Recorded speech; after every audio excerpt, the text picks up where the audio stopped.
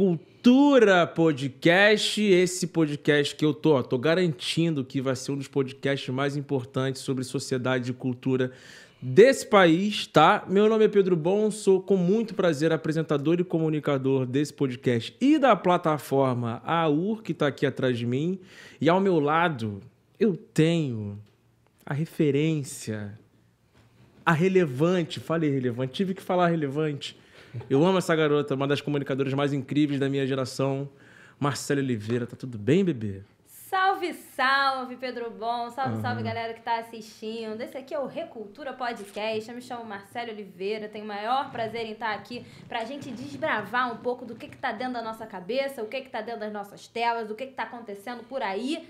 E também aquilo que a gente está sonhando, porque afinal falar de Aura é falar sobre proteção dos nossos sonhos e também do nosso futuro. Então, Recultura Podcast fala de sociedade, fala de aventuras. É um prazer dividir isso com você, meu amigo Pedro Bon, todo mundo que está aí atrás das telinhas também colaborando para esse podcast acontecer. A honra é toda minha. Exatamente. E por qualquer canal que você esteja vendo esse podcast, por favor, fique perto, tá? A gente produz esse tipo de conteúdo para fortalecer e criar comunidade e rede.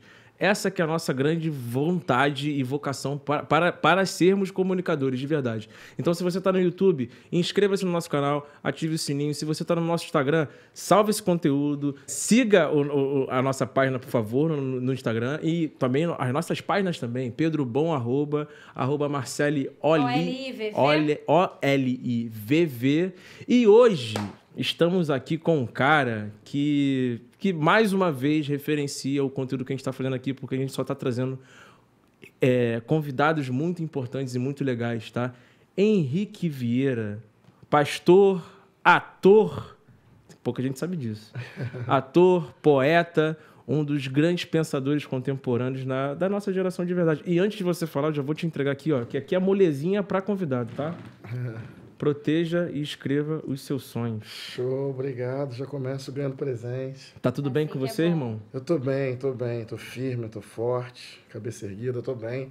E obrigado, Marcelo, Pedro. Um prazer estar aqui com vocês. O prazer é todo nosso, Legal. De verdade. Que maneiro. Vamos que vamos. É isso, e a gente tá aqui trazendo o Henrique justamente porque ele é um cara que é hoje literalmente, sei lá, multidisciplinar, né? Porque é um cara que tem ideias muito firmes e muito interessantes sobre a religião, mas de uma forma super ampla, que sempre abraça novas ideias, abraça novas pessoas, ao invés de excluí-las. Eu acho que esse que é o grande papel da religião de fato. E, além disso, ele se candidata agora a deputado federal. E eu acho importante ter você como um cara que é o representante da nossa geração e com as pautas que você literalmente traz, que é uma pauta de união, que é uma pauta de fé, uma pauta de arte, é uma pauta de diálogo, sabe qual é? Então eu queria que você primeiramente se apresentasse e que você fale um pouco como você chegou nesse lugar hoje. Rapaz, pergunta boa. Bem, eu sou Henrique Vieira, vocês já falaram aí, tenho 35 anos, nascido e criado na periferia de Niterói, Zona Norte, Fonseca. Eu sou cristão desde garoto. Aprendi sobre Jesus e cravei e guardei isso dentro do meu coração. Sou um pastor do movimento negro, Sim. Um pastor do diálogo interreligioso, um pastor da celebração da diversidade, um pastor da luta contra o fundamentalismo, um pastor formado na teologia da libertação, que é uma teologia que tem o compromisso ético com os oprimidos da terra e do mundo, ou seja, uma espiritualidade sempre engajada politicamente com a transformação da sociedade e o combate a toda e qualquer forma de violência e de opressão. Então, uma espiritualidade aberta, disponível aos encontros e ao diálogo e sempre mediada pelo amor, porque fé sem amor pode virar instrumento de morte. Então, além dessa caminhada pastoral, popular, engajada, conforme você falou, sou um artista. Minha primeira forma de lidar com a arte foi por meio da palhaçaria, então eu sou um palhaço. de formação, Maneiro. de pesquisa, estudo e aprofundamento na arte do palhaço, muito mal compreendida e muito potente. O palhaço é brincante, o palhaço resgata a potência da infância, da abertura, da disponibilidade ao mundo. Depois da palhaçaria eu vou para o teatro, estudo teatro, faço várias peças e tive minha primeira experiência no cinema com o filme Marighella, dirigido pelo Wagner Moura. Então, a dimensão da atuação cênica sempre esteve presente na minha vida. E também como escritor. Escrevi o livro O Amor como Revolução, que virou uma peça dirigida pelo Rodrigo França. Eu já assisti, no teatro. Produzida pelo Lázaro Ramos. Fiz peças de palhaçaria, o Frank Laustein e outras. Escrevi também O Monge e o Pastor, com o monge Marcelo Barros, trocas de cartas no meio da pandemia, falando sobre espiritualidade, esperança, luto. E lanço agora em setembro o meu terceiro livro, Jesus da Gente, que é Rosto Negro, Sangue Índio, Corpo de Mulher. Então eu sou um pastor, escritor, ator. Comunicador, momento, né? Literalmente um comunicador. Né? E nesse momento, conforme você falou, a gente vai tocar nisso mais para frente, como fruto de um bom debate coletivo, apresentando uma candidatura para fazer frente ao fundamentalismo em Brasília, mas aí a gente bate papo depois. Perfeito. Eu acho, Henrique, a gente já teve o prazer de conversar, né, numa outra Sim. ocasião, e daquela vez eu tinha preparado toda uma coisa assim, pensando em falar um pouco desse lugar do Henrique artista, Certo. que começa a atravessar a vida de diversos jovens por aí através da participação em Amarelo. É verdade. Porque aí você chega num outro lugar de impacto na juventude. E acho que isso é um desafio porque é uma responsabilidade. A gente que está falando muito de comunicação, e está falando de futuro, e está falando de disputa, a gente está falando de infância e de juventude. Acho que esse olhar da religião também é um lugar que atravessa infâncias e juventudes, principalmente periféricas. E a gente fala disso aqui com muita tranquilidade, né? Falar de periferia é falar de religião, com certeza, de alguma forma. Então, queria que você contasse pra gente um pouco como é que se dá esse desdobramento. Você acha que o Henrique artista de antes, que já era artista, já era comunicador, já era quem é, muda através desse novo impacto, desse novo alcance? E você acha que isso faz o seu entendimento de religião se aprofundar? Uma pergunta difícil, complexa, mas nesse sentido da responsabilidade que é falar com muito mais pessoas ao mesmo tempo. Sim, nos últimos anos, essa interseção pastoral e arte veio crescendo bastante na minha vida. E fui falando, de fato, com cada vez mais gente. Comecei com vídeos despretensiosos, uma palavra aqui, outra palavra lá, uma poesia, uma entrevista, uma peça, um livro. E sim, a responsabilidade vai aumentando bastante. E na minha cabeça e no meu coração, sempre uma relação entre espiritualidade, arte e comunicação. Porque espiritualidade, para mim, é importante dizer isso, não é dogma, não é doutrina, não é necessariamente pertencer a uma ou outra religião. Espiritualidade, gente, é abertura para a vida, é desejo de vida plena. Espiritualidade é empatia, é sensibilidade, é compaixão, é olho aberto para as feridas e as esperanças do mundo.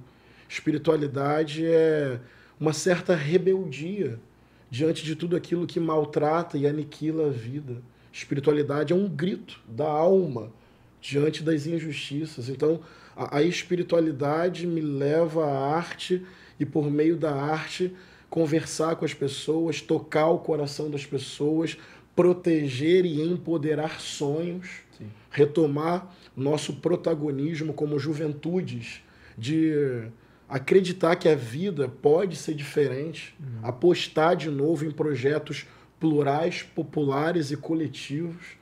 Então é muito louco, mas espiritualidade, arte e política sempre foram expressões de um coração inquieto e apaixonado diante da vida.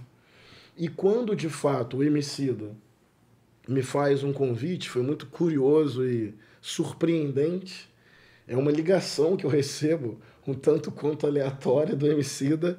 Eu tinha esbarrado uma ou duas vezes com ele em alguns eventos assim, mas acho que ele estava ligado nessa minha palavra, nessa minha poesia, nessa minha reflexão, e ele me contou a ideia do álbum Amarelo, Amar e o Elo, Amor produz elo, me contou a ideia da primeira música, Principia, Tudo que nós tem é nós, e ele me pede para terminar essa música com uma poesia. E daí foi muito rápido, foi muito intuitivo. Eu sentei lá na sala de casa, nem foi computador, não. Peguei um caderninho, caneta e fui escrevendo. Foi um impulso, uma intuição, um transbordamento. Mas eu nem tinha dimensão. O que você falou é verdade. Teve uma mudança de patamar. O Emicida é um artista de muito impacto, fala com muita juventude e muita periferia. Então, eu fui me dando conta aos poucos, quando eu participava de uma roda de conversa, de uma palestra, alguém me procurava no fim e, sem brincadeira, a expressão que as pessoas usam é: essa poesia salvou a minha vida. Sim. Assim, testemunhos impressionantes assim, de como essa poesia chegou no momento certo na vida, especialmente de jovens pretos, marcados pela solidão, pela angústia, pela desesperança e até mesmo ali pela desistência da vida. Eu ouvi relatos assim, de gente desistindo da vida, e que essa poesia foi tipo um dispositivo para redesenhar, reequilibrar e voltar a sonhar. Então é muito louco imaginar que uma poesia feita num caderno serve na vida de alguém como uma reza matinal ou como um socorro no meio de uma angústia. Então isso gera muita responsabilidade, né? Para sempre pensar a palavra como construtora de vida e de esperança. É a força da palavra de verdade, né?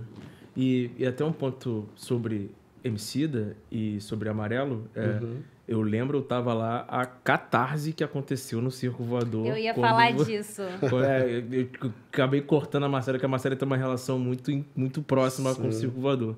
Mas aquele dia, pra mim, foi assustador, assim, porque o show tava lindo, tipo, uma produção da Lab, do Fiote, da galera, tipo assim, um show impecável. Muito bom. E quando você subiu no palco pra recitar a poesia, tipo, todo mundo acompanhando e cantando a poesia com você, né? Como é que foi aquilo ali? Então, inacreditável. Uma semana antes do Circo Voador, eu cantei no Lollapalooza. Sei lá, 100 mil pessoas. E foi uma baita experiência, potente, marcante, adrenalina. Mas eu vou falar pra vocês, o Circo Voador... O Circo Voador, só o Circo Voador mesmo, tá, gente? Só isso aqui pra dizer, com todo tá? respeito ao Lollapalooza, mas o que aconteceu no Circo Voador, eu acho que é uma conjunção de fatores. Primeiro, o Circo Voador. Aquele lugar, aquela energia. Tem uma magia ali, né? A magia, os artistas que ali já passaram. Acho que aquele palco é sagrado. É um primeiro aspecto. Segundo, acho que o público do Lollapalooza é muito amplo e de diferentes interesses. O show foi lindo, tá? Foi maravilhoso. Mas eu acho que ali no Circo Voador era o público do Emicida. Todo mundo que tava ali pra ver aquilo. Tava ali então, naquela assim, disposição. Então era uma galera dali. E o Emicida tinha me dado esse toque no camarim. Ele falou: você vai sentir a pressão. Aqui é o nosso povo. Aqui a galera vai com você. Ele tinha me dado o toque de que ali seria diferente do Lollapalooza. Então eu já imaginei que seria diferente. Aí vendo o show ali do lado, diferente mesmo, mas quando eu entro e falo, vejo a vida passar num instante, e aí todo mundo, será tempo bastante que tenho para viver? E as pessoas chorando, e com o punho erguido. Se abraçando. Meu irmão, se abraçando, chorando. Aí eu olho para a arquibancada, sem sacanagem, tem um bandeirão escrito: o amor é o segredo de tudo. Alguém fez uma bandeira com uma parte da poesia. Aí eu não acreditei, cara. Aí fiquei muito emocionado. E essa foi uma noite que, ao sair ali e ir embora para casa, os relatos das pessoas não são relatos tipo, legal, bonito o show, maneira a sua poesia. É sempre uma história, tá ligado? Uma coisa profunda, que teve gente com a poesia tatuada. Que foda. Então a arte é muito poderosa. É o auge desse lugar de como a arte pode impactar a vida de uma pessoa, tá no corpo, né? Foi lindo. Foi um culto, no sentido... culto no sentido artístico da parada. Sim. E tem um ponto importante também, quando a gente chega hoje, nesse momento, em 2022, você está com 35 anos. A gente sempre se enxerga como pessoas prontas, né? Tipo, quando eu vejo você, a gente tem pouca convivência, mas eu vejo você um cara totalmente conciliador, totalmente sereno onde você pode ser. Você construiu essa experiência e essa casca com o tempo. E eu queria voltar lá no início. Como foi essa construção desse Henrique conciliador, que ouve, que espera ao falar, que tem essa fala tão bonita e tão poética no melhor lugar que ela pode ser? Como é que foi essa construção? Rapaz, que pergunta boa. Porque ela mescla elementos da minha formação, mas ao mesmo tempo a vida tem os seus mistérios, sabe? Quando eu tinha 2 anos de idade, minha mãe conta que eu ia para a sala lá da casa da vovó, onde eu cresci, eu chamava a galera da família e eu começava a discursar com palavras que eu havia... 2 anos. 2 aninhos. Captado, assim. Não necessariamente eu construí um sentido, mas eu era alguém querendo discursar. E ali minha família falava, ou vai ser pastor ou vai ser político. Então tem um elemento aí que eu não sei. Eu tenho a palavra e a palavra me tem. Tem alguma coisa que está na ordem... Nossa, fiquei arrepiada isso aí, sinistro. Tem uma coisa que está no campo da consciência e da elaboração, e tem uma coisa que está no campo da epifania e da gratuidade de Deus ou do universo, de me atravessar com palavras que já estão por aí, e que de repente elas aparecem em mim, e quando eu vejo eu estou traduzindo alguma coisa. Então tem algo aí que me possui. Aí, esse algo que me possui encontra uma história. A igreja foi um espaço em que muito cedo eu comecei a falar em público. Olha só que curioso. A igreja como um espaço de fala. Então, hoje, a lição da escola bíblica vai ser dada pelo Henrique. Então, hoje, a devocional, depois do ensaio do coral de adolescentes, a pequena reflexão bíblica, Henrique. Então muito cedo... 14, 15 anos, eu estou sempre falando em público. Aí vem uma coisa que vai sendo aperfeiçoada pela repetição, pelo exercício e pela experimentação. Então, essa dimensão da palavra tem a ver com oportunidades que a igreja, a escola, a militância foram me dando, e tem a ver com alguma coisa que acontece de vez em quando. Não é sempre, mas de vez em quando me toma. E sobre essa coisa da conciliação, eu acho isso muito louco. Por quê? Eu não sei se os astros explicam isso, os signos. Eu, dentro de mim, eu sou um vulcão. Eu sou um oceano. Eu sou impulso. Eu me percebo assim. Alguém acelerado, sempre em movimento. As pessoas, quase invariavelmente, não as mais próximas, quem convive ali do lado, capta melhor essa minha ansiedade, essa minha inconstância, essa minha força criativa e destrutiva, essas minhas paixões intensas. Mas, no geral, entrevista, palestra, política, todo mundo me lê assim, como um cara calmo, de uma palavra tranquila, que traz assim... É muito comum na rua. A sua palavra, pastor, traz paz ao meu coração. E eu pensando, mas o meu coração tá em chamas. Assim, mas eu não sei, cara. Eu acho que eu tenho esse perfil, né? Eu tenho uma forma de me comunicar, acho que é isso, que transmite uma radicalidade serena. É uma coisa que chama e não...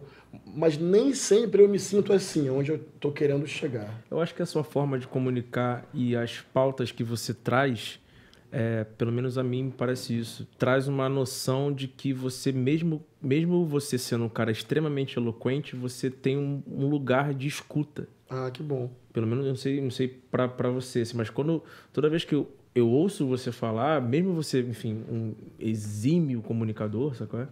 Eu fico assim, cara, sei lá, de alguma forma esse cara tá falando muito, mas se eu parar pra conversar com ele, eu acho que ele vai me ouvir.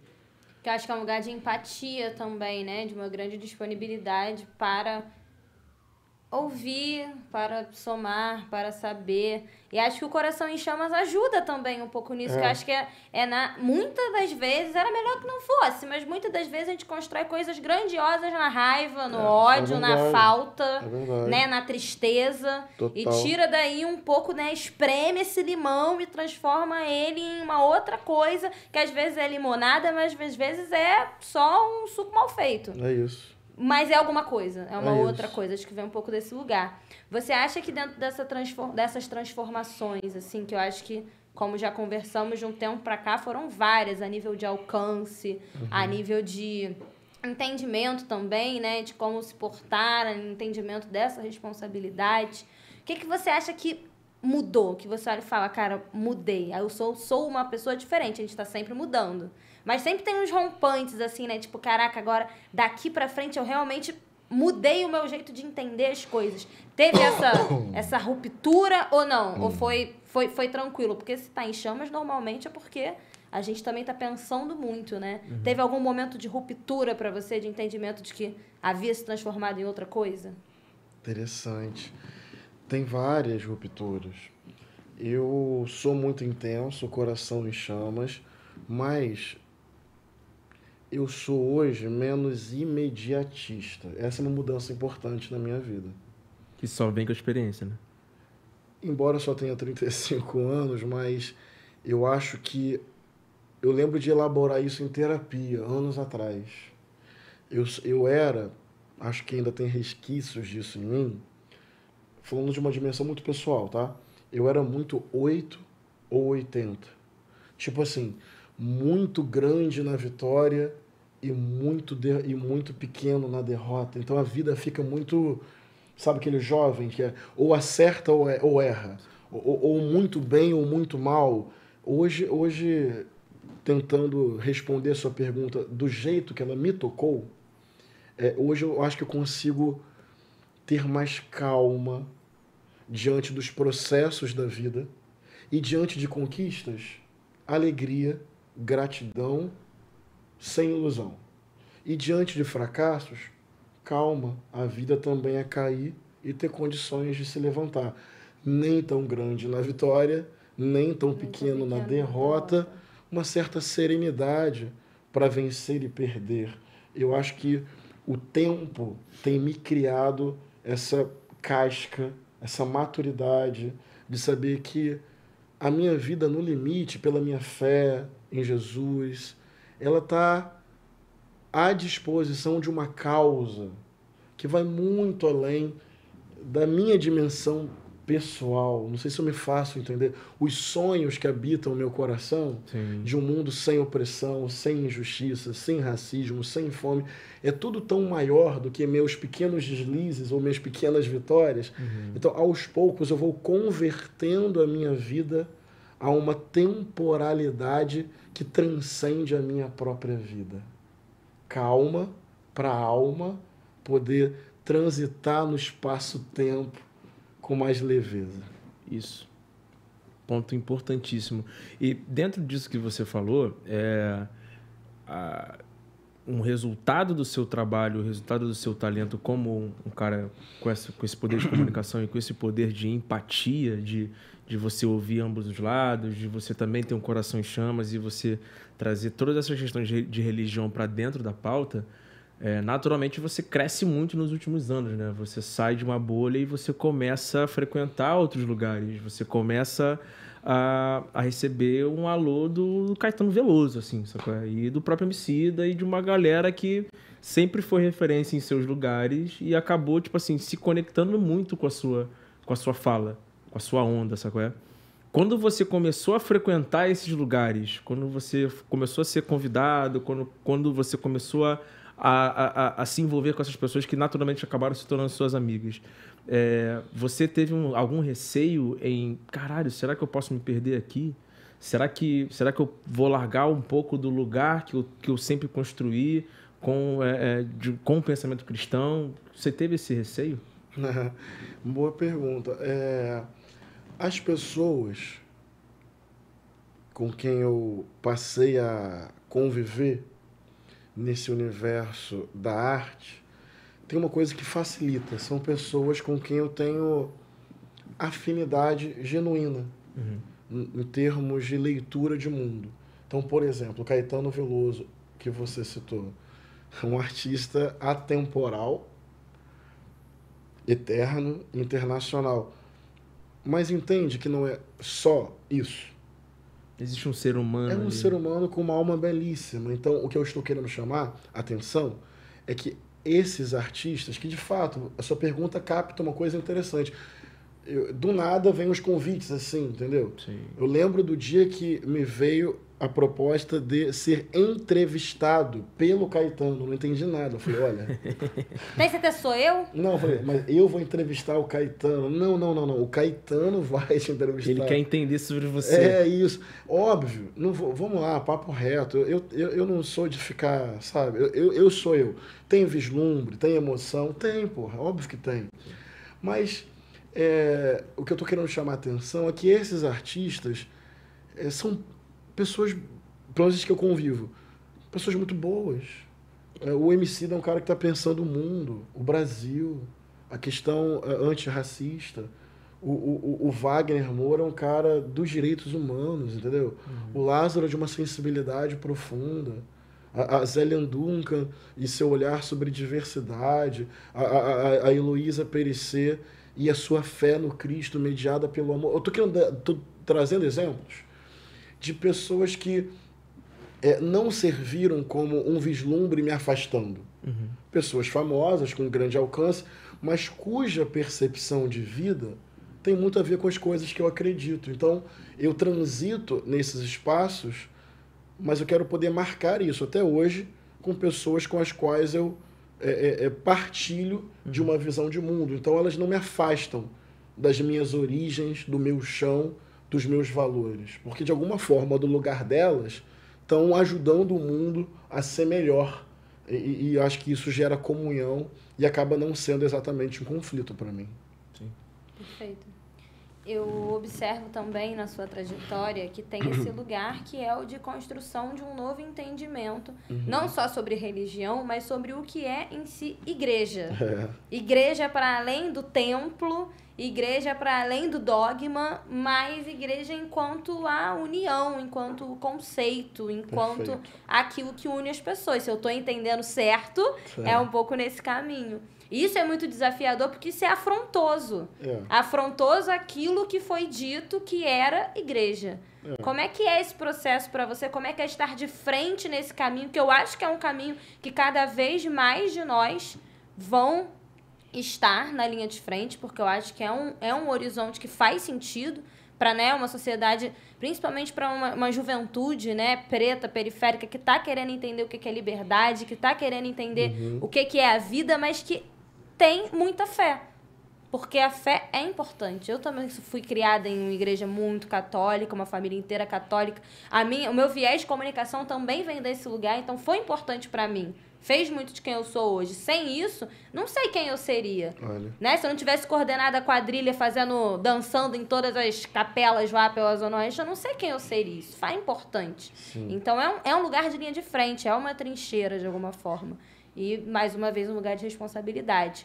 Como é que é essa ruptura com a igreja templo, com a igreja anterior, Sim. com a igreja, enfim, esse lugar de não liberdade, mas de medo, de obrigatoriedade, para esse outro lugar, estar à frente disso, ter pessoas vindo para isso junto com você, junto com o seu entendimento de igreja. Como é que é isso para você? Como é que isso se deu e para onde isso está caminhando?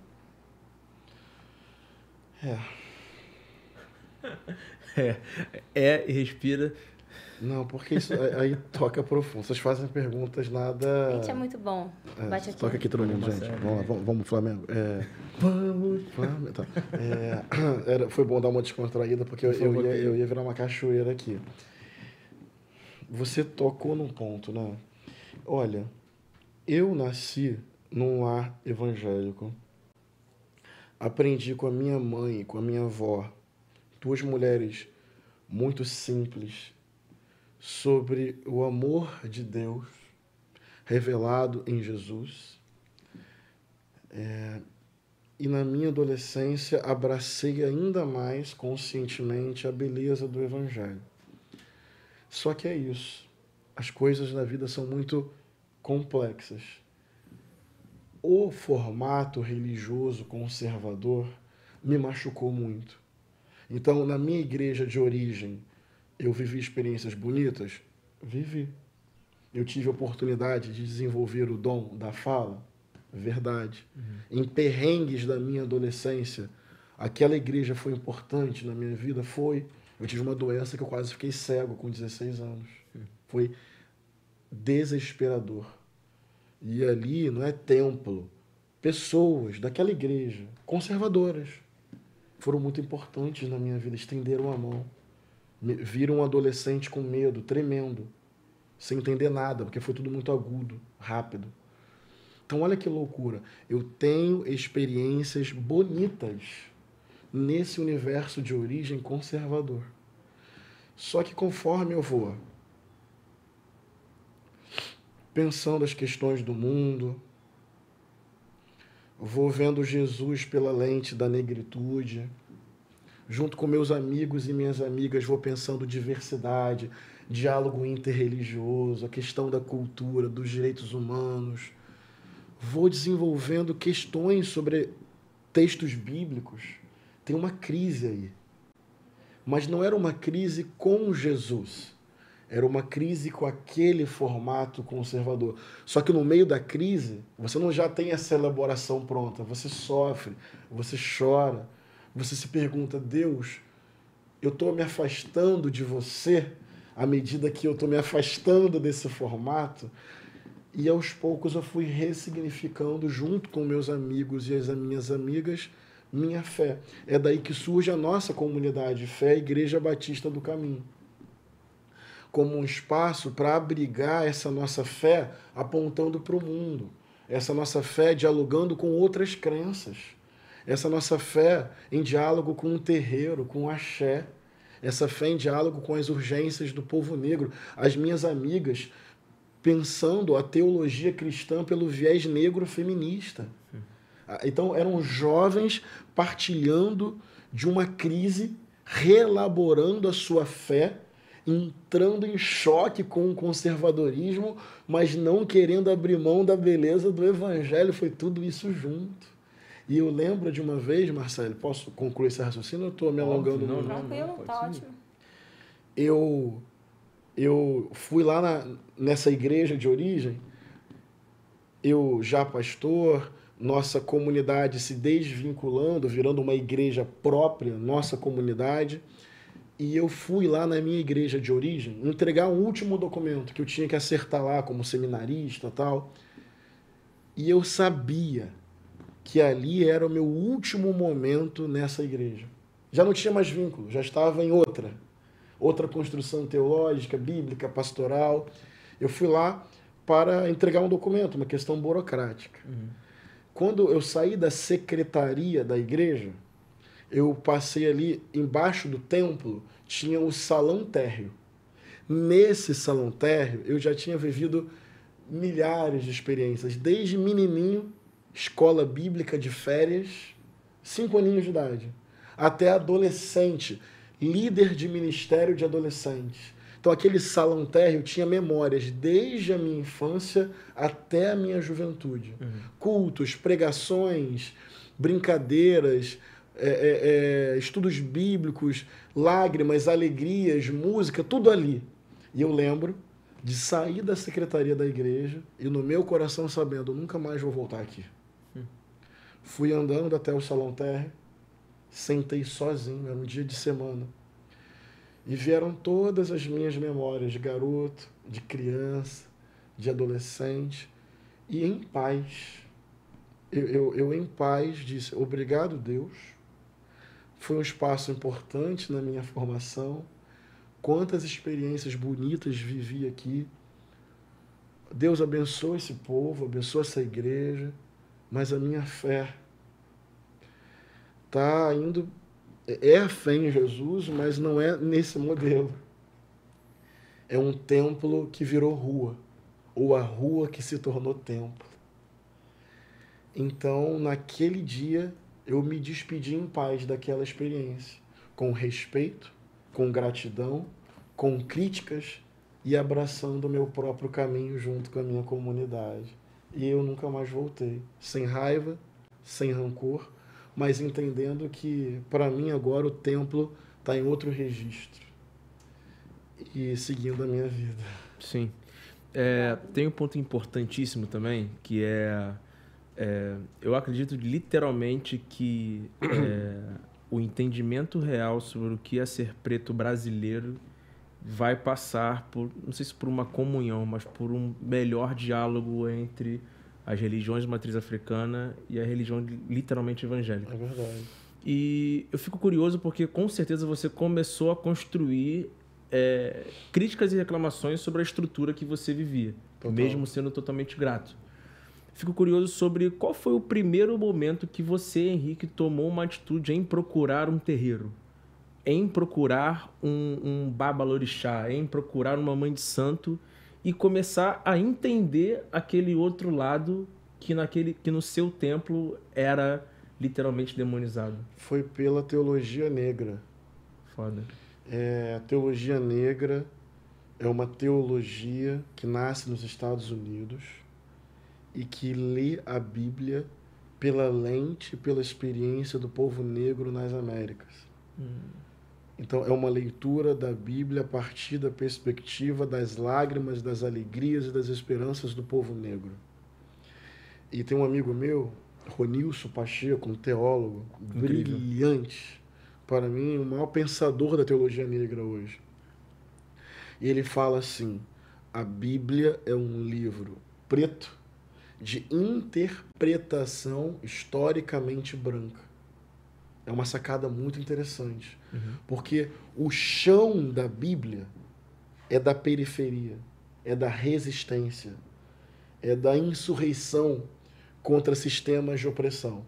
Mas, historicamente, a lente que vem interpretando a Bíblia é a lente do poder, do privilégio, do Estado, da branquitude, das cruzadas, da colonização, do patriarcado, do racismo. É como se a Bíblia tivesse mais a ver com o quilombo, mas historicamente ela vem sendo lida e interpretada pela janela da Casa Grande. É quem cria e quem distribui, né? Então você anula o caráter político, periférico, insurgente da espiritualidade bíblica. Que tem a ver com essa representação de Jesus, de Maria, de José, de toda uma comunidade como pessoas brancas, sendo que historicamente, geograficamente, isso não faz o menor sentido. Exatamente. Então, quando eu começo a acessar a teologia negra e começo a ver o Jesus negro, começa a ver que Maria era uma mulher pobre e oprimida, moradora da periferia, que era Nazaré.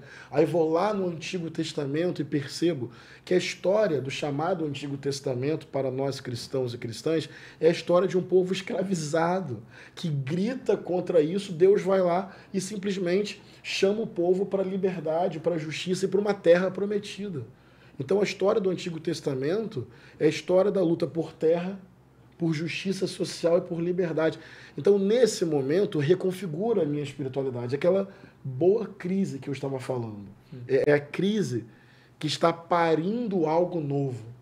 E aí, um dos efeitos dessa nova percepção é entender, nossa, eu preciso dialogar com as religiões de matriz africana, porque elas são, no Brasil, talvez a principal força de resistência ao projeto colonizador. Se for jogar no pano da história, o cristianismo é o colonizador e as religiões de matriz africana são a resistência. Então, calma aí.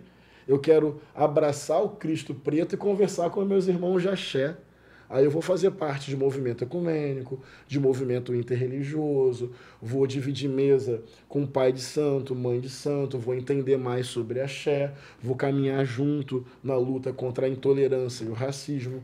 Mas o dispositivo é o recorte racial. Sim. É ler a Bíblia sem ser pela lente da Casa Grande, mas ler a Bíblia pelo chão da própria Bíblia, que é a experiência quilombola, periférica, camponesa, operária, trabalhadora, popular. A sua recepção nesses lugares foi bem-vinda? Você foi bem-vindo? O papo foi horizontal com representantes dessas religiões? 98% das vezes, sim. Uma vez ou outra, não. Mas eu não guardo mágoa porque eu preciso entender, né? Assim, a religião cristã é opressora. Eu não vou ficar magoado com alguém que eventualmente se afasta por eu ser pastor, porque o referencial é negativo mesmo. Sim. Mas é óbvio que eu fico feliz quando tem a possibilidade do diálogo e eu posso falar da perspectiva do evangelho preto. Sim. E não do cristianismo colonizador. Porque é interessantíssimo sustentar o título, né, de pastor e falar as coisas e ver o mundo da forma com que você vê. Porque a gente realmente espera outra coisa, né? Você fala pastor, você pensa numa outra ideia outro pacote, né? Outro ideal de quem é essa pessoa e do que ela acredita e do que ela vai falar. Sim. Então, até voltando lá, em relação à peça do Amor como Revolução, em relação ao livro, em relação à participação com homicida, né? Quando você fala, é do pastor Henrique Vieira, depois você conhece e fica, não, ele é um cara massa, mas primeiro rola aquilo, né? Pastor? Não, pastor no álbum, o pastor que participou. E isso também tem a ver com um preconceito, né, nosso para com essa ideia de enfim, uma ideia nada pastoral, de vivência nada pastoral, de vivência nada ecumênica, que faz que a gente também, mais uma vez, trave o diálogo e isso não nos ajuda em nada, que é o que a gente vem conversando, né? É importante atravessar arte, religião, violência e vivências das diversas para poder construir uma sociedade diferente. Total. Esse assunto é o mais quente assim da minha vida hoje em dia, porque olha só, veja, você falou isso aí, eu vou pegar a sua própria fala.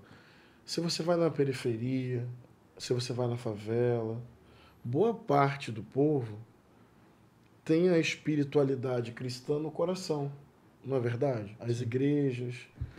Então, como é que você vai pensar um projeto de país sem falar sobre isso? Sem falar sobre isso. É como se você ignorasse essas pessoas, né? E essas pessoas, vou ser redundante de propósito, viu? Brincando com as palavras por meio da repetição. Essas pessoas são pessoas. Não adianta colar um rótulo conservadora.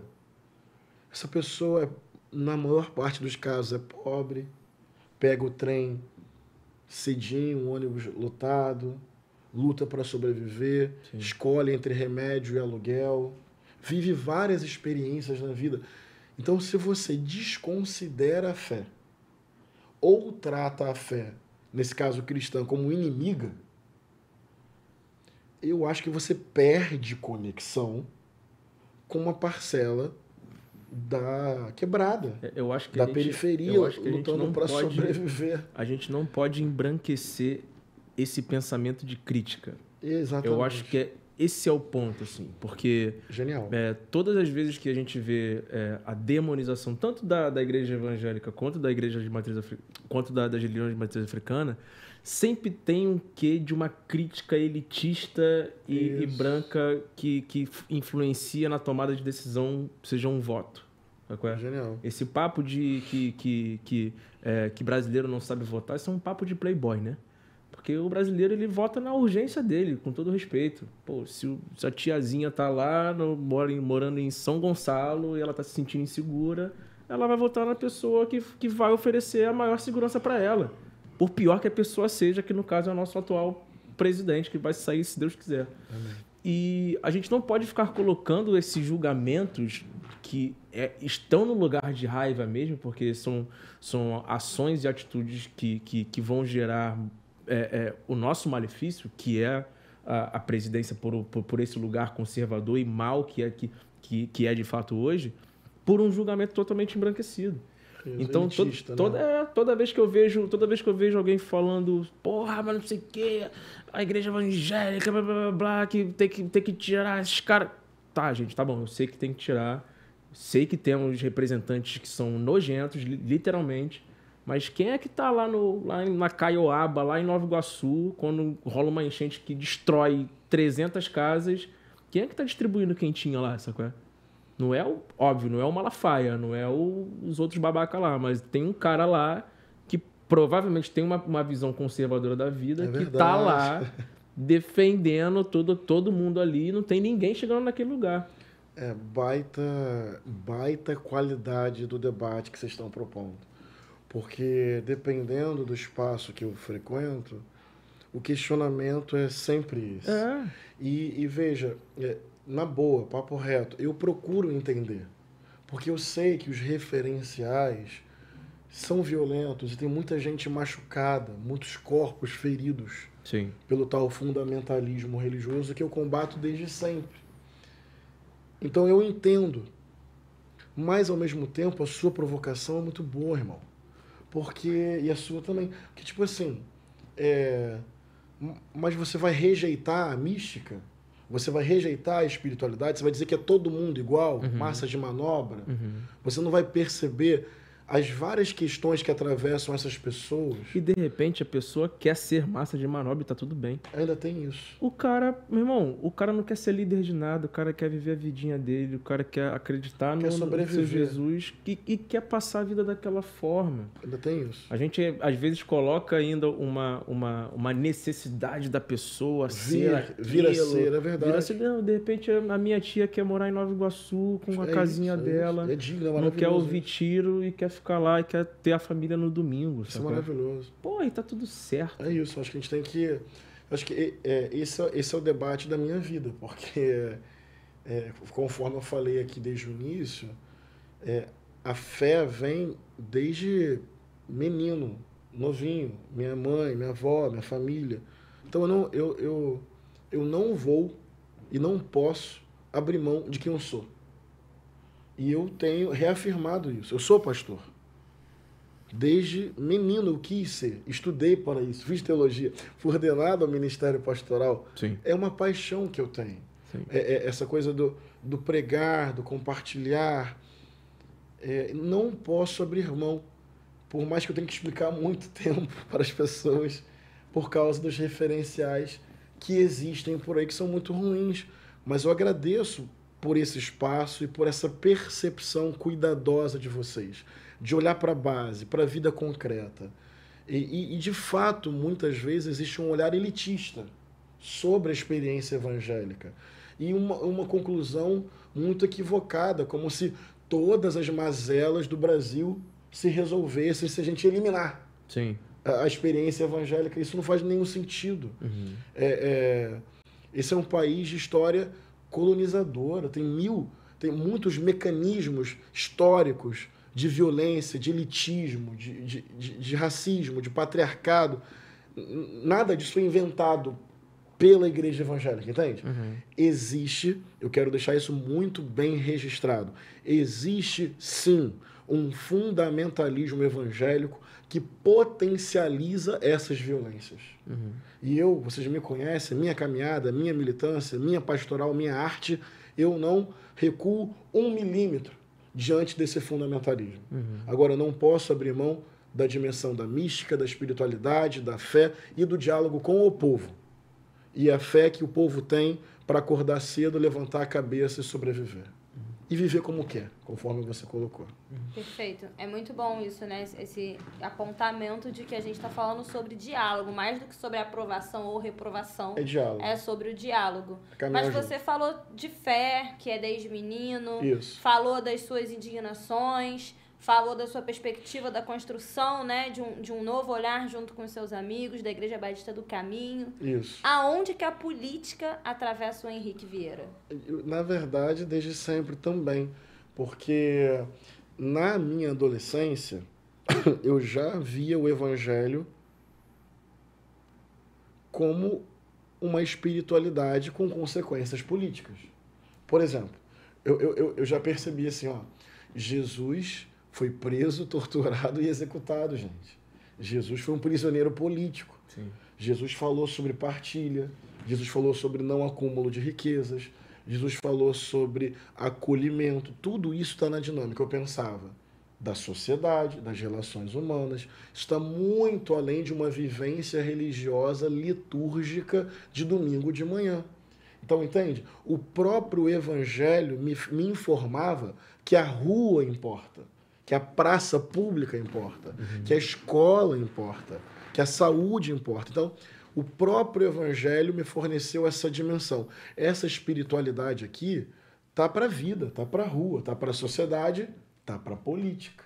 Daí eu vou beber, aí eu tenho acesso, Marcelo, à teologia da libertação que eu falei aqui, que é toda uma construção teológica latino-americana, nomes como Leonardo Boff, Frei Beto, que elaboram, Dom Helder Câmara, Dom Pedro Casaldáliga, que diz o seguinte, olha, se comprometer com Jesus Cristo é se comprometer com os oprimidos e as oprimidas do mundo.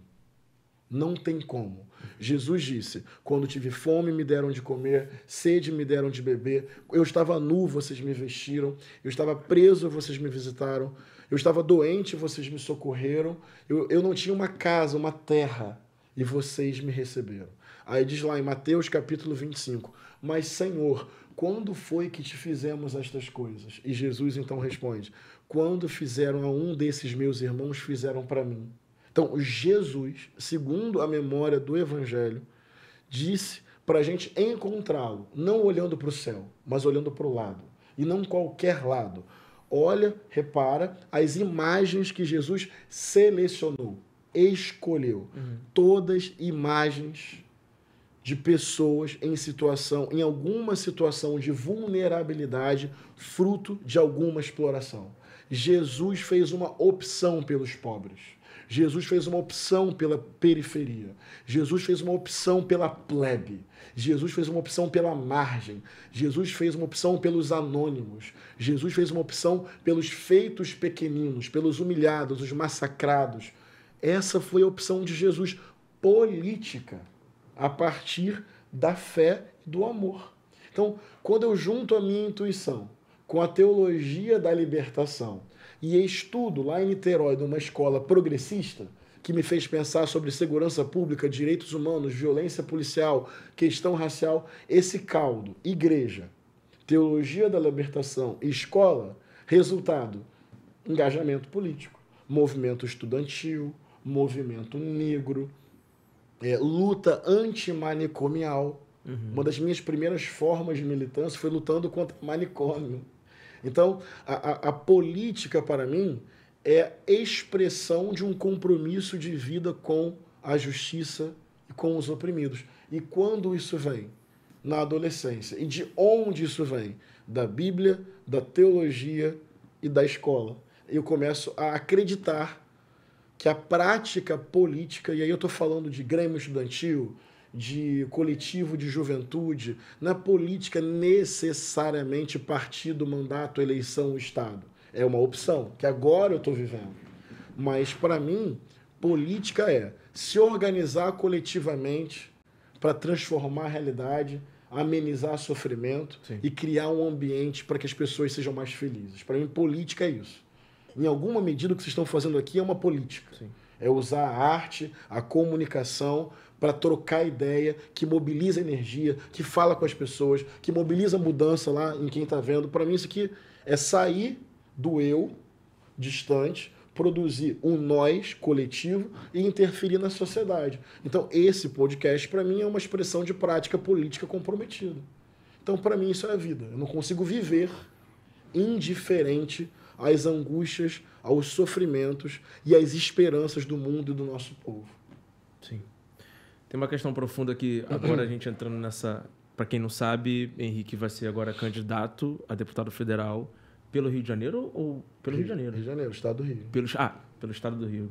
Confundi, achei que fosse município. E você já havia sido vereador por Niterói. Isso. E, naturalmente, pelo teor da fala, pela forma de se expressar, pelo lugar do diálogo e pela defesa dos mais oprimidos, que é uma coisa natural sua, naturalmente você se conecta muito com a sua grande amiga, que também era a nossa grande referência, que era Marielle Franco. Sim. De verdade. O que aconteceu com ela foi algo que é ainda algo que atravessa muito as nossas vivências da minha geração inteira e para as próximas.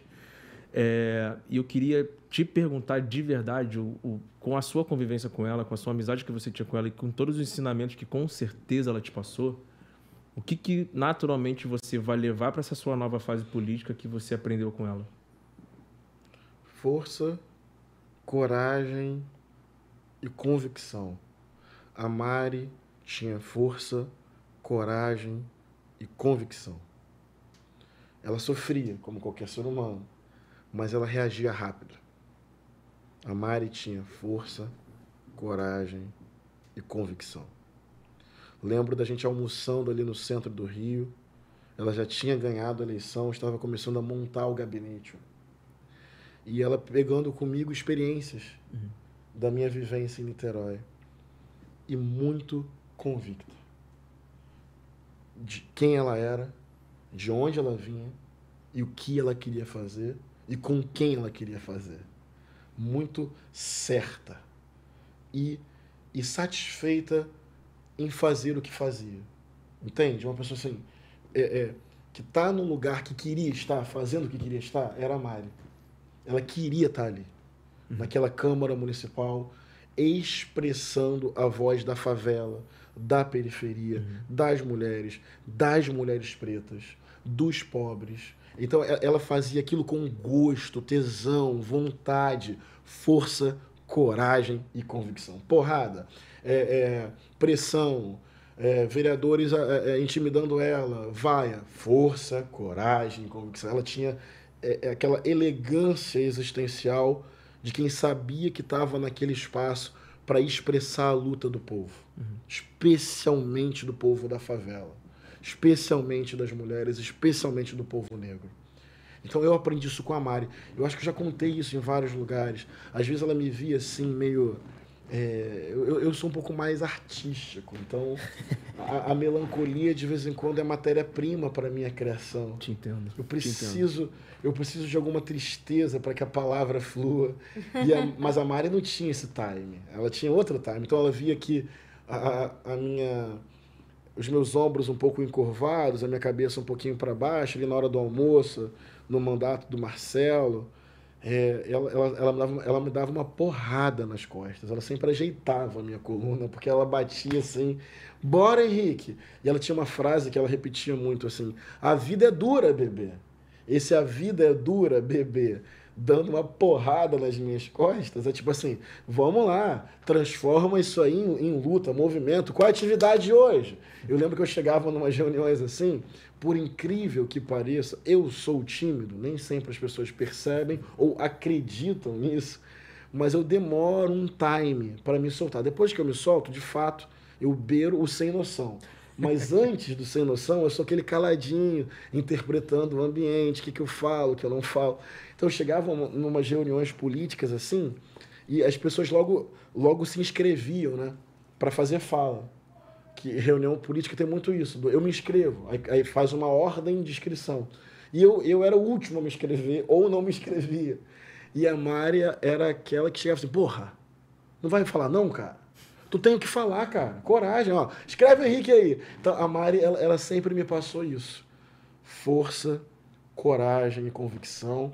E tem muitos momentos da minha vida, especialmente nesse ano, que eu estou fazendo aquilo que ela fez em 2016, pegando uma militância e transformando numa candidatura para levantar bandeiras, expressar causas.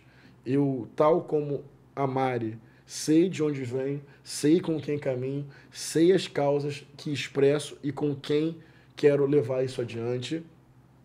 E quando eu vejo meu ombro indo para frente, quando eu vejo a cabeça se encurvando, quando vem aquela desistência ali como possibilidade, porque a vida é dura, eu sinto de novo ainda o impulso dela nas minhas costas, não só ajeitando a minha coluna, mas levantando a minha alma e me dando força, coragem e convicção. Foda. Vai ser difícil, mas deixa eu pegar mais um gancho da Marielle pra gente voltar nesse lugar do diálogo. Uma das entrevistas mais incríveis da Marielle que eu vi assim, né, na internet foi ela indagando, assim, o entrevistador, se não me engano, era o Fernando Barcelos, o diretor de cinema. Ele tinha um conteúdo no YouTube, ele entrevistou a Marielle e eles falando ali sobre diálogo, sobre embates, debates, blá blá blá. E a Mari sempre trazendo esse lugar da empatia e do entendimento, principalmente na questão racial. E nesse lugar do debate, ela chegou e eles debatendo, conversando e tal, ela falou assim, mas, ô Fernando, você sabe qual é a instituição brasileira hoje que tem mais pessoas pretas trabalhando para o Estado? Aí o Fernando falou assim, não, eu não conheço. Ela falou assim, é a polícia. Como que a gente vai encampar uma candidatura preta hoje e não estabelecer uma ponte de diálogo com a polícia? Sim. E depois a gente vai vendo que a história vai contando e tudo vai se destruindo. Mas, ao mesmo tempo, o que ela quis dizer ali, no alto da sua sabedoria e do seu entendimento de base, é que a gente precisa estabelecer pontes de diálogo com a polícia e com qualquer outro tipo de instituição que seja literalmente preta, que esteja com pessoas pretas trabalhando. A gente precisa estabelecer esse diálogo. E também, para quem não sabe, ela, quando ela é da Comissão de Direitos Humanos, ela foi a pessoa que mais ajudou famílias de policiais mortos. E as fake news depois destruíram toda essa história que a Marielle criou ali dentro. Como que o seu corpo preto, político, religioso, cristão, que tem esse lugar de empatia, vai conseguir estabelecer pontes de diálogo em lugares que são extremamente complicados? Amigo, eu estava no Parque Guinle, ali em Laranjeiras, brincando com minha filha. E numa distância razoável, tinha um PM. E mesmo não enxergando muito bem, eu tenho uma visão subnormal, mas a minha visão periférica é boa. Eu percebi que ele olhava atentamente para mim. Obviamente, aquilo me incomodou pela simbologia do que é a polícia, especialmente para homens pretos. Acho que ninguém gosta de um policial olhando atentamente. Não é exatamente... né? E ele, olha só, eu vou tentar explicar bem. Ele veio andando na minha direção e da Maria. Eu estava com a Maria no... Qual o nome? Quem a gente empurra? Meu Deus. Balanço. Meu cérebro esqueceu disso. Eu pensei em escorrega. Não, é balanço. Eu tinha pensado em gangorra, então tá tudo certo. Vai, balanço. Isso. Tá no parque, né? Isso. Ele veio se aproximando de mim, mas ele veio se aproximando fazendo um semicírculo. Ele não veio numa linha reta. Cercando, né? Pois é. E olha que curioso. Naquela semana, eu tinha participado de uma audiência organizada pela deputada estadual Dani Monteiro sobre homens pretos que foram presos injustamente pelo tal reconhecimento fotográfico. E a Dani acompanha esses casos e homenageou alguns jovens que foram presos, depois foram soltos, dentre eles o Gustavo, um caso que ficou bem conhecido. Meu amigo Gustavo Nobre, Gugu. Isso. Então, imagina a minha cabeça. Na semana, eu comecei a pensar onde eu estava, se eu estava com o documento certinho. Eu comecei a elaborar uma defesa na minha cabeça, tipo assim, para responder rapidamente todos os lugares que eu havia passado, enfim. Daí ele vem se aproximando e aí fica numa distância bem próxima, 1,5 metro. Daí eu já não tinha mais dúvida que era comigo. E ele fala assim, pastor? Aí eu, olhei para ele, a Maria aqui, parei de balançar, a Maria, mas como é que você sabe que eu sou pastor? E ele até falou, porque você é um cara famoso. Aí eu ri, falei, não, eu não sou famoso. E ele falou assim, muito obrigado por compartilhar a palavra de Deus do jeito que ela é. Na minha profissão é muito difícil. Tem aí, ele falou, o uso da violência, eu procuro não usar da forma mais racional possível. Mas eu quero te agradecer por compartilhar a palavra de Deus do jeito que ela é. E foi só isso.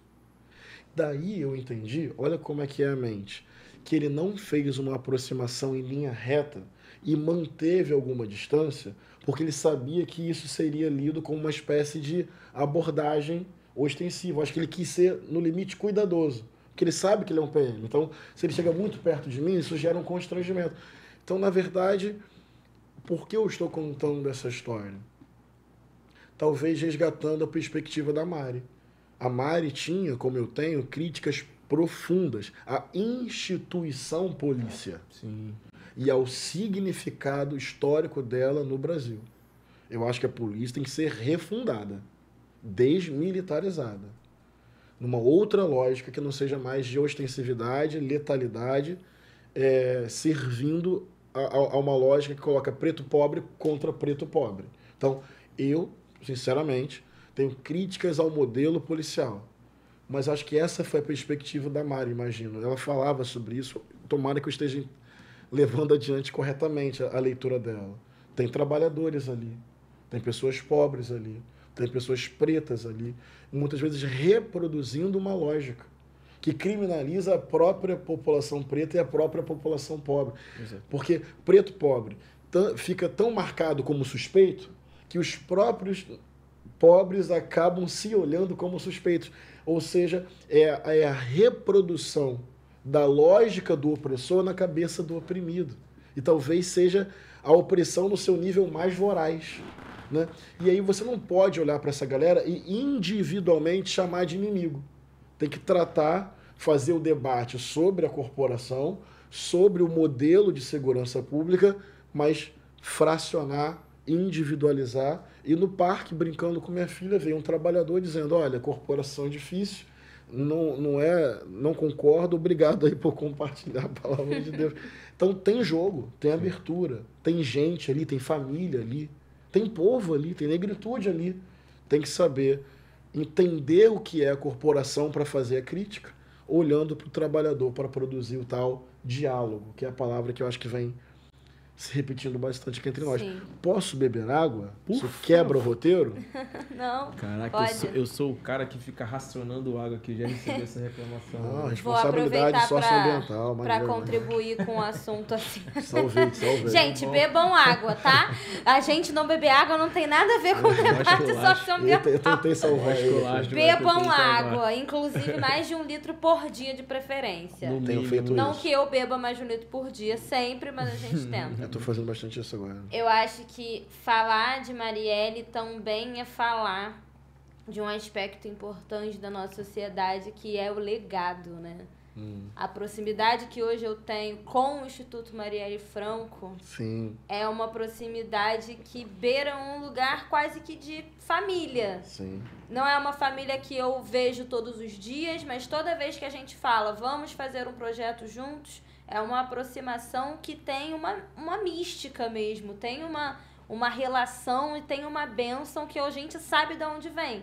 Total. Vem exatamente desse legado de força, coragem e convicção. Legal. Então, além de mandar um alô para o Instituto Marielle Franco, a Aniele e toda a família, Aniele, Luna, é dizer que essas sementes que estão sendo aí nutridas através de políticas públicas, através de muito trabalho duro dentro do Instituto Marielle Franco, são também um exemplo muito grande para a gente que se entende ativista, se entende militante, mas mais do que isso, se entende pessoas dentro de uma sociedade, lidando com outras pessoas, algumas pessoas ocupando outras classes sociais, outras religiões, outros entendimentos de gênero, de posição, de dinheiro, enfim, mas todos pessoas.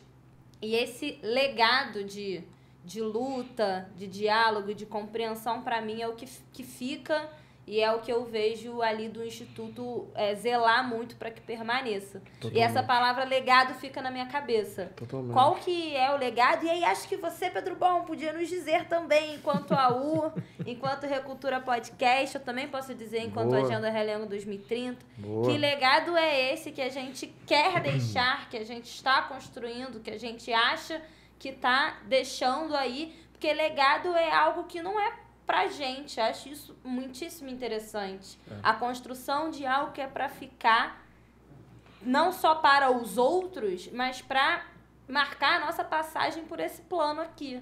A nossa passagem por esse entendimento de sociedade, por esse lugar que a gente habita, as nossas famílias, escolas, igrejas, ambientes que a gente frequenta.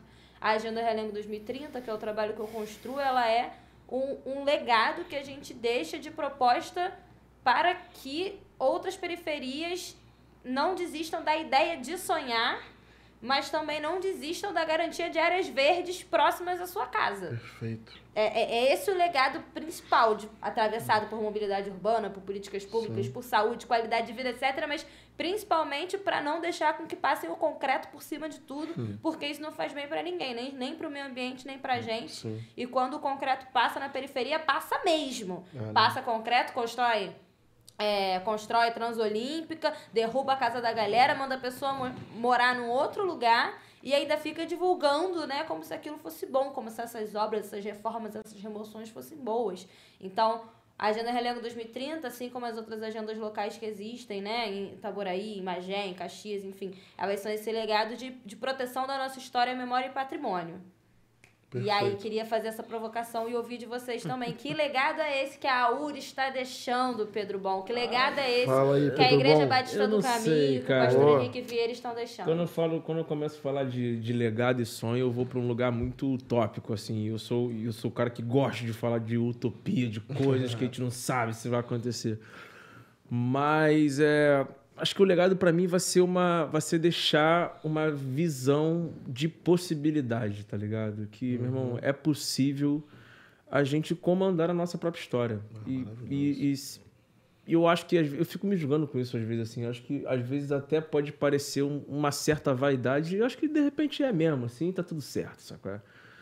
Mas eu não aguento mais ser subjugado, assim. Eu não aguento mais ser escanteado, ser marginalizado. E pessoas olhando a minha cultura, a minha vivência, as minhas conexões e a nossa forma de criar tecnologia como se fosse um cifrão, assim, sacou? E beleza, eu falei isso até no último podcast com o Max, mas já que é para ser um cifrão, mano, que a gente tome conta desse legado, que a gente deixe isso como patrimônio para os nossos filhos, que as próximas crianças presas que forem nascer já saibam que elas são desde criança. Que a gente não tenha que criar estratégias e subterfúgios para a gente esconder a nossa história, para a gente conseguir viver nessa sociedade que é totalmente racista. É por isso que não tem como a gente julgar os mais velhos sobre as táticas que cada indivíduo conseguiu criar para criar nossas cabeças hoje, assim, sacou? Tipo... eu vejo muito isso, muito um debate meio burro de gerações, onde a pessoa preta jovem está criticando o mais velho e que poderia ter sido dessa forma, e como cada preto está lidando a sua vida. E eu tive todos esses atravessamentos na minha família, cara.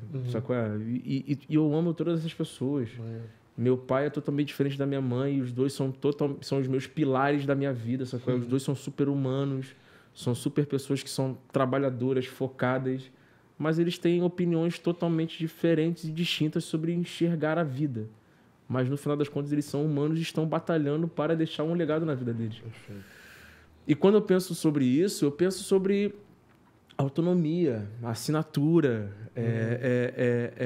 possibilidade de sonhar. Mais uma vez, parafraseando o Lloyd Luna, que me deu uma entrevista incrível no Recultura do Proteger Seus Sonhos. Ela falou assim, cara... Os nossos avós faziam o que dava, os pais faziam o que podiam, e a gente pode fazer o sonhar, sacou? A gente é o resultado dessa porra, sacou? Tipo, e a gente não pode desperdiçar isso. É por isso que, naturalmente, eu como indivíduo, como ser humano, me pego refletindo muito. Eu sou o câncer com peixes, né, mano? Então eu sou a cachoeira.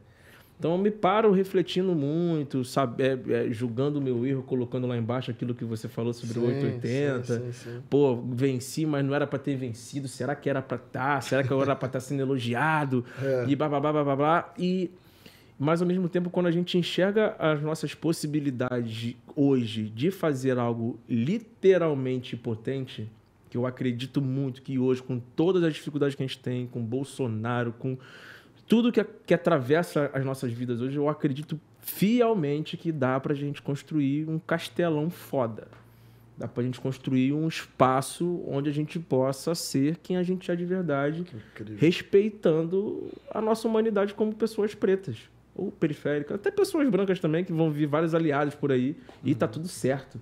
Mas no final das contas é sobre a gente, sacou? Então. E a gente tem que ter essa capacidade de enxergar essa criação, essa construção e deixar esse legado que os nossos pais deixaram pra gente, porque por mais que a gente não seja herdeiro, por mais que a gente não seja pessoas que vamos ter uma questão social totalmente foda, mas a gente recebeu muita informação, a gente recebeu muito código. Total. Tá ligado? E a gente tem que respeitar e tem que impulsionar isso. Não pode deixar isso como tá. Maravilhoso. Essa que é a responsabilidade. Falei demais, desculpa. Já tá vendo? Você tocou a pergunta pra mim, eu já tô tirando o foco do convidado. Mas era isso, eu Mas respondi também.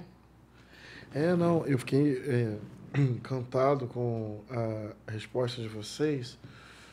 Nosso legado. Acho que é a fé como testemunho de amor. Poder sedimentar um caminho em que a fé não é instrumento de guerra, de opressão sobre o outro. Eu tenho a verdade, você não. Já matou tanto na história.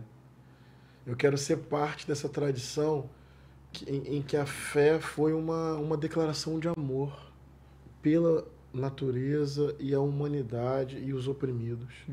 Eu acho que eu quero fazer parte disso, sabe? A irmã Dorothy é uma senhora freira que lá no Pará caminhava junto com o povo, defendia a floresta, denunciava a devastação ambiental, a grilagem. Sim. Ali, com a fé em Jesus, no povo, na terra e na justiça. Contam que quando ela foi executada, covardemente executada, tiros, perguntaram assim, você está armada? E ela respondeu que sim, porque estava com a Bíblia dela, sabe? E aí acho que vocês entendem, não tem a ver com tiro, não é arma no sentido da violência. É que ela quis dizer o seguinte, a minha fé é a minha força para lutar por causas invencíveis. Essa é uma expressão que eu acho que o Dom Pedro Casaldáliga fala, que é um outro homem que caminhou com o povo pobre, caminhou com os indígenas, desprendimento material, simplicidade. E ele falava, às vezes nós somos militantes de batalhas que perdemos e de causas invencíveis. A gente pode perder a batalha, mas a causa é indestrutível. Porque é amorosa, então ela carrega em si a vitória. Ela carrega em si a vitória. Eu acho que eu quero fazer parte desse legado, sabe? Da Dorothy, do Luther King, do Pedro Casaldáliga, de quem fez da fé uma declaração de amor, de simplicidade, de compromisso com a terra, com a humanidade, com o bem comum. Se a minha comunidade, o coletivo que eu faço parte, puder alavancar isso, ainda mais no Brasil de hoje, né? Tem aí um discurso, né? Deus acima de tudo, usando a fé para silenciar a mulher, usando a fé para intimidar a LGBTQIA+, usando a fé para desprezar a espiritualidade dos povos indígenas e de terreiro, usando a fé para enriquecimento próprio, não para partilhar, para todo mundo viver bem, mas para acumular para a liderança viver na mansão, enquanto o fiel continua lá explorado. Ainda mais nesse momento histórico, que a fé é chamada para patrocinar uma moralidade sangrenta, mais do que nunca eu quero a fé de Teresa d'Ávila, eu quero a fé de Francisco de Assis, eu quero a fé de Pedro Casaldáliga, eu quero a fé de Irmandoros, quero ser parte desse legado. Nossa fé não tem a ver com cruzadas, colonização. Como diz a Estação Primeira de Mangueira, favela, pega a visão, não tem futuro sem partilha, nem Messias de arma na mão. Então eu quero levar adiante esse legado desse messianismo coletivo e popular, de braços abertos, da partilha do pão, da roda. Se nós pudermos levar adiante isso, Estamos no caminho, né? é bonito, potente. E é legal também que você sempre referencia muitos símbolos importantes, assim, né? Aham. Isso é legal porque a gente está sempre muito conectado com mentores, né? Seja mentores via livro, seja mentores na nossa amizade. Isso Sim. eu acho uma beleza muito grande a gente sempre trazer pessoas reais para esse papo. Dentro do lugar do ativismo, até dentro do lugar da política também, existe algum símbolo, existe alguma pessoa hoje que você admire, que você fala assim, porra, o trabalho que esse cara tem feito hoje, Claro. ou que essa pessoa, que esse indivíduo tem feito hoje, tem te chamado a atenção? Padre Júlio Lancelotti. Certeiro. Não tem como pensar em outro, né? Não, porque é isso. É um ativismo ali, né? É isso. Pronto. Da rua, do povo, Do amor. do amor, da simplicidade, do desprendimento material e da coragem, né? De uma coragem que é afrontosa. Afronta. Total. Tantas catedrais aí, né? Super ricas, ele ali fazendo da rua o templo. E vendo Cristo na Cracolândia. Tá bom, é onde Cristo mora mesmo. Pode crer. E aí, Marcelo? E aí, Pedro Bom? Eu tô adorando o papo, cara, e eu fico com receio de ficar falando muito Eu também. fico pensando e várias coisas, cara, mas... É porque faz tanta falta esses lugares para transversalizar os assuntos, né? A gente começou lá em religião, que é óbvio, né? Mas aí a gente foi ali em cultura, em arte, política, em memória, ativismo. política, Sim. ativismo. Falou agora em legado, e aí eu gosto de ouvir o que é o legado pro Pedro, gosto de ouvir o que é legado pro Henrique. E gosto de dizer o que é legado para mim e como essa coisa do sonho atravessa muito, né, essas ideias. Total. E essa transversalização dos assuntos e esse espaço de diálogo real, muitas vezes é o que nos falta de forma concreta na sociedade como um todo, né? Se a gente pudesse falar mais, mas principalmente ouvir mais, traçaríamos caminhos mais amenos, Totalmente. mais saudáveis, mais possíveis, com mais justiças efetivamente implementadas para contemplar todo mundo. Porque é muito difícil você não se tornar alguém mais empático quando você se disponibiliza a ouvir. Sim, total. Muito difícil. Agradecer a quem está nos ouvindo. Ô Henrique, você é flamenguista? Rapaz, você vai perguntar isso mesmo? Vou perguntar. Eu sou muito flamenguista. Níveis até que eu tenho que ver em terapia, viu? Desde cedo, desde sempre, família. Eu aprendi com meu tio e meu irmão a ser Flamengo. A maior parte da minha família é Flamengo, tem alguns tricolores, que é a proporção que tem mesmo no Brasil, a maioria é Flamengo e alguns não. Sim. Tô brincando. Alguns não.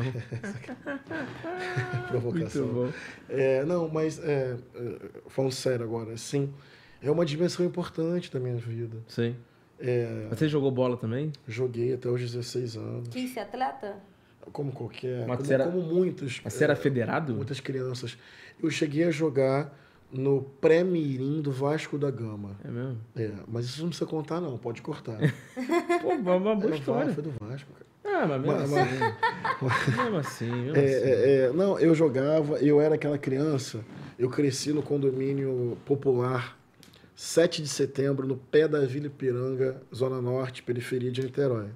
Era um condomínio que era ligado à favela. Então, era condomínio, mas não tinha separação da favela. A galera descia pelo condomínio. Eu cresci ali. Então, eu jogava bola no asfalto.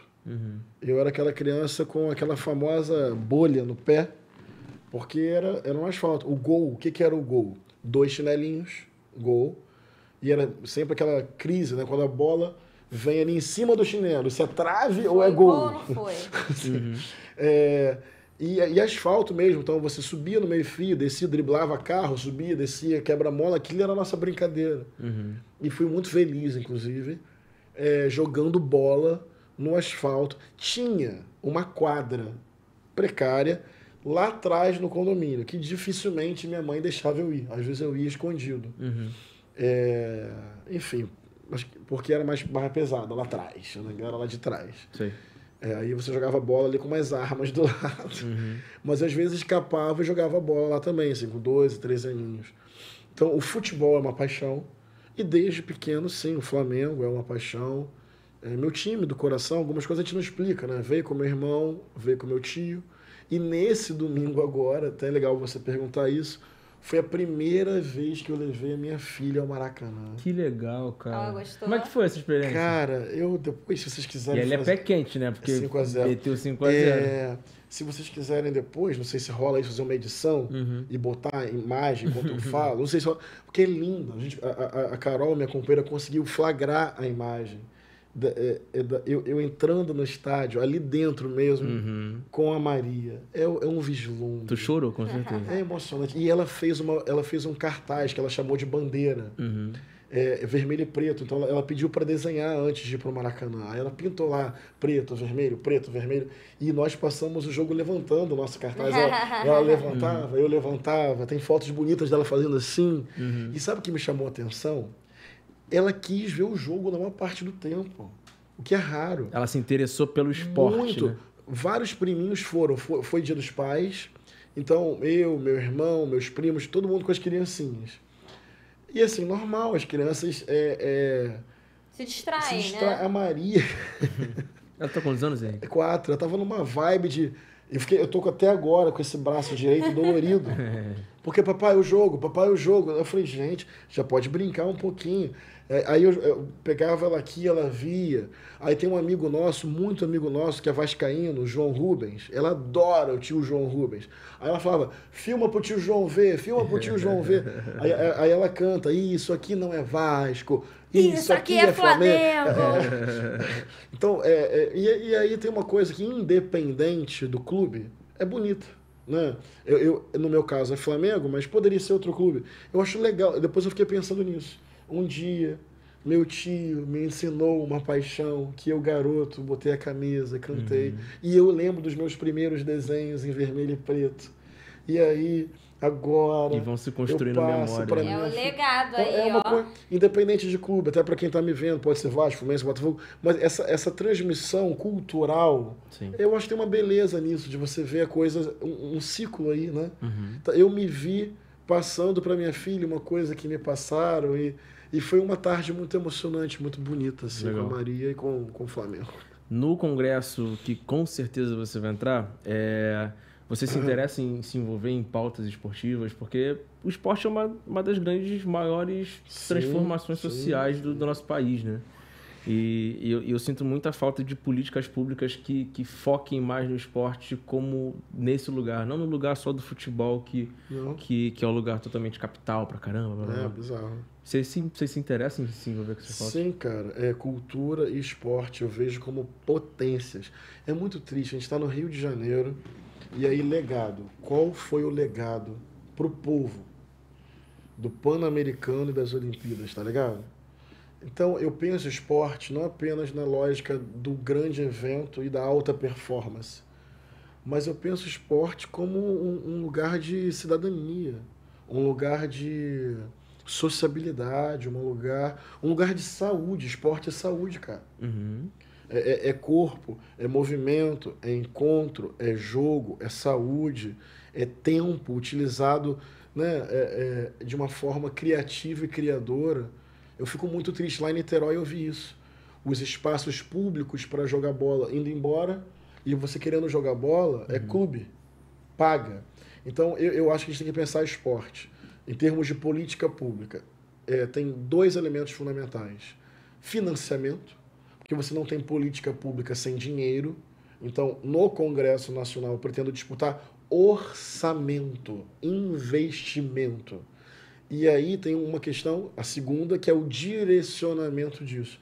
Que eu acho que não pode ficar pensando só em alta performance para ganhar medalha, embora isso seja maravilhoso. Exatamente. Não é ruim não, tá? Mas tem que pensar equipamento de cultura e equipamento de esporte como espaço de afirmação da vida, de produção de cidadania, de abrir janela de futuro, de horizontes para a nossa juventude. Então, eu penso em esporte e cultura muito pelo viés do financiamento, disputar recurso para investimento, para que lá na ponta isso vire um equipamento funcionando, com gente se encontrando e cuidando do corpo, e conhecendo outras pessoas, e vivendo o tempo com criatividade. E daí podem surgir, inclusive, sim, grandes atletas de alta performance.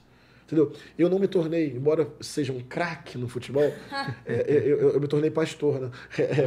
Mas como foi importante, cara, ter uma quadrinha para jogar, como foi importante na escola pública, a educação física, tão desvalorizada, cara.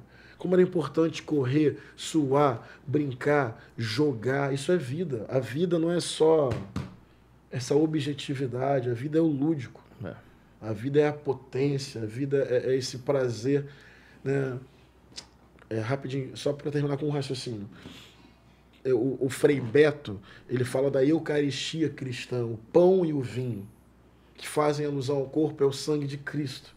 Mas ele tem uma outra leitura que eu acho muito bonita, que é o pão como alimento, um dos mais antigos. Portanto, o pão é símbolo de justiça social. Um mundo sem desigualdade, sem precariedade, sem vulnerabilidade socioeconômica, o que é fundamental, materialidade. É comida, é casa, é emprego, é renda, é saneamento básico, é justiça material, pão. E ele fala, o vinho é esse lúdico, o vinho é a brincadeira, o vinho é porque a gente quer casa, a gente quer comida, a gente quer poesia, a gente quer fotografia, a gente quer dança, a gente quer a bola girando, a gente quer... Ou seja, a vida pede alguma coisa que seja para além da própria vida. E aí eu acho que é o campo do esporte e o campo da cultura. Sim. Então é pão e vinho, justiça material e investimento nessa dimensão lúdica. A gente falou aqui sobre o circo voador. E aquele show e tantos outros shows, o quanto de vida já não se produziu ali, de afeto, de abraço, de alegria, de pessoas descobrindo talentos e produzindo caminhos, dizendo, eu quero fazer também. Ué, né? A vida é pão e a vida é vinho. A vida tem que ser justiça material e condições para o corpo transcender o próprio corpo, na poesia ou na bola, mas que seja. Então, acho que sim, pretendo, com essa concepção de pão e vinho, trabalhar por orçamento para que possa ter mecanismos para a nossa juventude, para o nosso povo jogar e poetizar a vida. Perfeito. Bom demais. Senhoras e senhores da Cultura Podcast, Pastor Henrique Vieira, um prazer recebê-lo. Muito obrigada. Sempre bom ouvir os seus ensinamentos, ouvir Cristo, Jesus, religião e tudo aquilo que é importante para a gente também, através desse olhar honesto, digno e que fala para todos. Pedro Bom, um prazer dividir esse meu podcast aqui com você, cara. Prazer é meu, cara. Prazer é meu. A gente tá cada vez melhor. Tô gostando cada vez melhor. São bons mesmo. Literalmente, estamos aqui gravamos poucos podcasts até então, mas a gente vai... Já falei, quando a gente chegar no 100º, a gente vai estar... Voando. Aproveita e acompanha a gente até o 100º. Ativa aí o sininho, compartilha, diz a parte que você mais gostou. Mas mais do que isso, manda aí para aquela pessoa que você conhece que gostaria de investir no nosso podcast. Estamos aceitando, as vagas estão abertas. Esse aqui é o Recultura Podcast da plataforma U. Eu sou Marcelo Oliveira, @MarceloLIVV. Pastor Henrique Vieira, @Pastor Henrique Vieira? É isso aí. @Pedro Bom, com dois N's no final. Com 2 N's no final. @Ura, ____, @Recultura Podcast, esse nosso projeto para debater arte, cultura, sonhos, sociedade, negritude e o que mais passar pela nossa cabeça. Exatamente. Gente, obrigado, tá? Eu gostei muito, espero que vocês tenham gostado também. Adorei.